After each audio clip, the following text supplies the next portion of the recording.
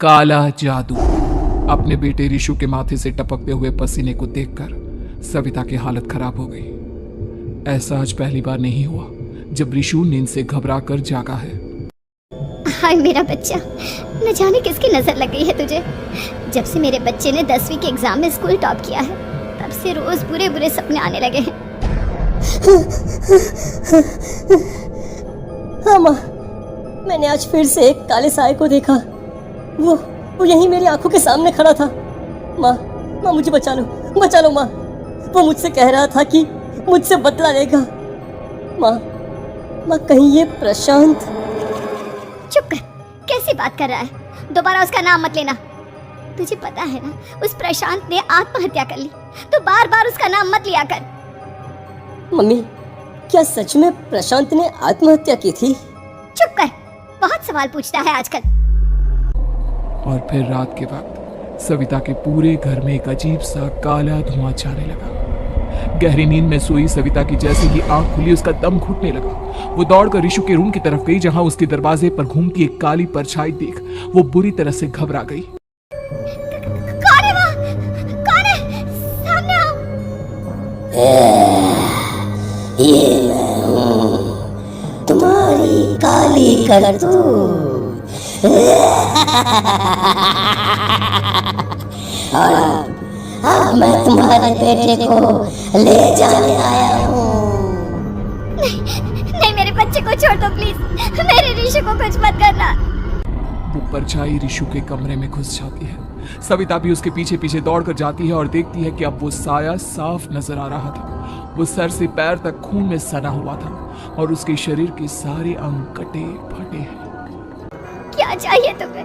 तुम जो बोलोगे मैं करूंगी, लेकिन मेरे रिशु को छोड़ दो। उस परछाई ने रिशु को गर्दन से पकड़कर दीवार के सहारे हवा में उछाल दिया। रिशु जोर जोर से चिल्लाने लगा। माँ बचाओ मुझे, बचा लो माँ ये मुझे मार डालेगा। माँ मुझे बचा लो माँ। नहीं, ऐसा मत करो। मुझे मार दो लेकिन मेरे बच्चे को छोड़ दो। मैं तुम्हारे आगे हाथ जोड़ती हूँ। वो परछाई रिशु को जमीन पर गिरा देती है और अचानक वहां से गायब हो जाती है। रिशु, मेरा बच्चा, तू ठीक तो है ना? कुछ बोल बेटा, क्या हुआ है तुझे? मैं ठीक हूँ माँ। क्या हुआ था यहाँ पर? कुछ नहीं बेटा, कुछ नहीं। तू परेशान मत हो।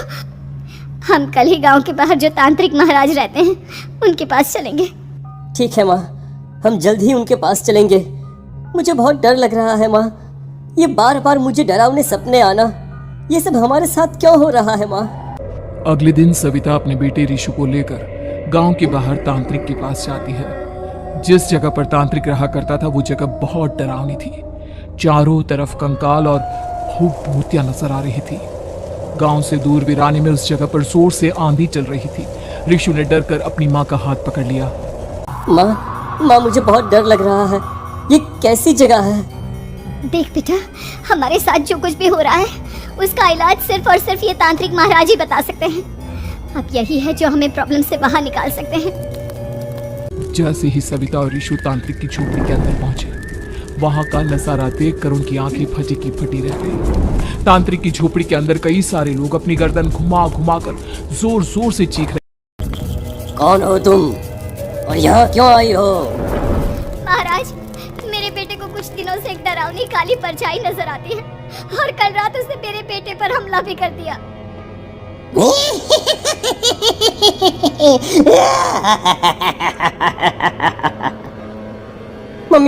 मम्मी हमें यहाँ से चलना चाहिए। ये जगह मुझे ठीक नहीं लगती। नहीं बेटा, ऐसा नहीं कहते। रुक जाओ, 2 मिनट के लिए रुक जाओ। क्या कहा? काली परछाई? तुम्हारे बेटे पर किसी काली परछाई ने हमला किया? हाँ महाराज, वो कह रही थी कि वो मेरे बेटे को कुछ कर देगी।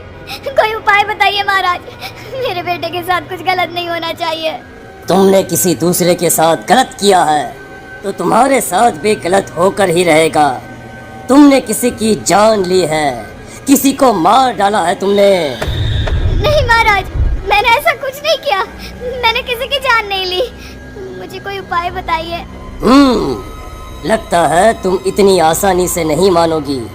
मैं तुम्हें अभी उस काली परछाई से मिलवा देता हूँ और वही सारा सच तुम्हारे सामने लेकर आएगा। सविता और ऋषु ने डर के मारे अपनी आंखें बंद कर ली। तभी अचानक तांत्रिक की झोपड़ी में अजीबोगरीब आवाजें गूंजने लगी। सविता और ऋषु बुरी तरह से कांप रहे थे।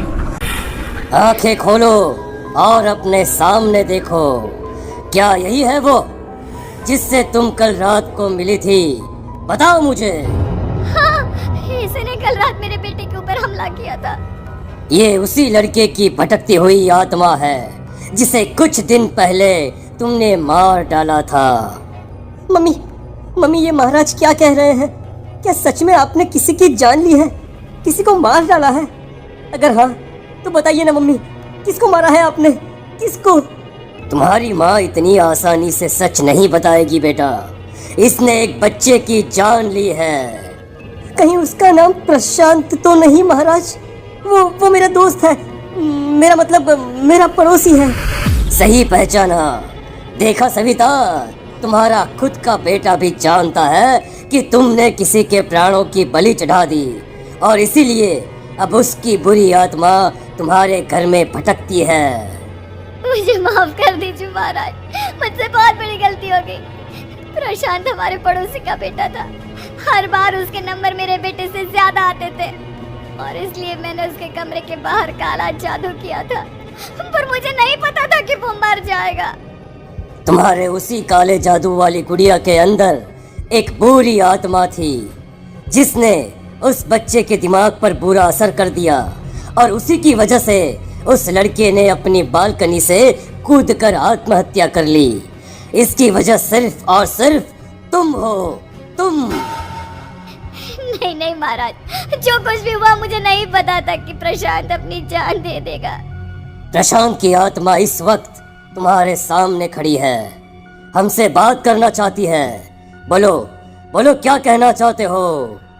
मैं जीना चाहता था, बड़ा होकर कुछ बनना चाहता था। आपके बेटे से मुझे कोई परेशानी नहीं थी। अरे वो तो मेरा अच्छा दोस्त था। मुझे माफ कर दो बेटा, मुझसे बहुत बड़ी गलती हो गई, मुझे माफ कर दो। माफ करने से मुझे वापस जिंदगी नहीं मिल जाएगी। मेरे माँ बाप आज भी मेरे लिए रोते हैं। आपने मेरे साथ बहुत गलत किया है, बहुत गलत। और तभी अचानक प्रशांत की आत्मा वहां से गायब हो जाती है। सविता जोर जोर से रोने लगती है। सुन लिया तुमने?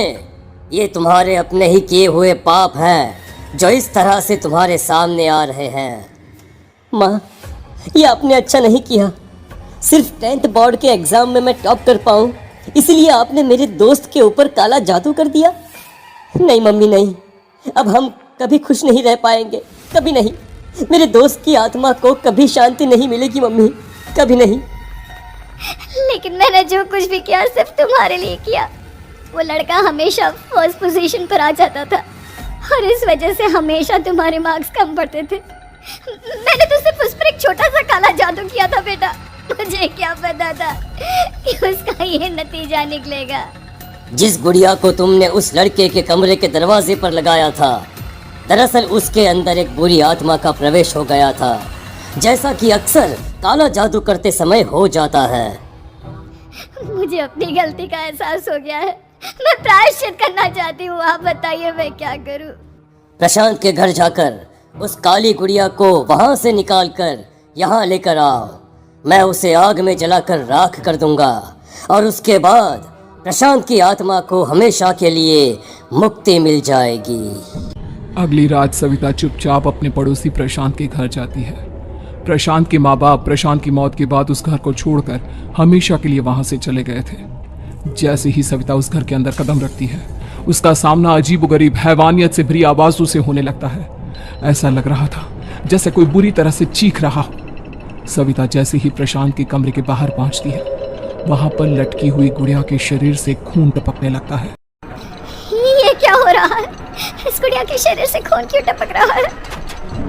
सविता हिम्मत करते हुए उस गुड़िया को वहां से उतारने की कोशिश करती है, लेकिन तभी अचानक से बहुत भयानक दिखने वाली औरत उसकी आंखों के सामने आकर खड़ी हो जाती है। मैं यहाँ से कहीं नहीं जाऊंगी और अगर तूने मुझे यहाँ से हटाने की कोशिश की तो मार डालूंगी मैं तुझे। नहीं नहीं, मुझे तुम्हें यहाँ से ले जाना ही होगा, नहीं तो मेरा बेटा, उसकी जान को खतरा है। मैं तुम्हें नहीं छोड़ सकती। अगर तुम्हारे अंदर हिम्मत है तो मुझे इस घर से बाहर ले जाकर दिखाओ। और ऐसा कहकर वो औरत सविता के ऊपर हमला कर देती है और उसे हवा में उछाल उछाल कर जमीन पर पटकती है। लेकिन तभी अचानक मौका देखकर सविता अपने हाथ में ली हुई सुई उसके हाथ में चुभो देती है। हाथ में सुई लगते ही वो औरत जमीन पर तड़पने लगती है। ये क्या किया तूने? ये क्या कर दिया? तुझे ऐसा नहीं करना चाहिए था। तांत्रिक ने मुझे कहा था कि तुझसे जीतने का सिर्फ यही एक तरीका है जिससे मैं अपने पापों का प्रायश्चित कर सकती हूँ और अपने बेटे की जान बचा सकती हूँ। और उसके बाद वो डरावनी दिखने वाली औरत एक छोटी सी जादुई गुड़िया में तब्दील हो गई और सविता ने उसे ले जाकर तांत्रिक को दे दिया। तांत्रिक ने जादुई गुड़िया को आग के हवाले कर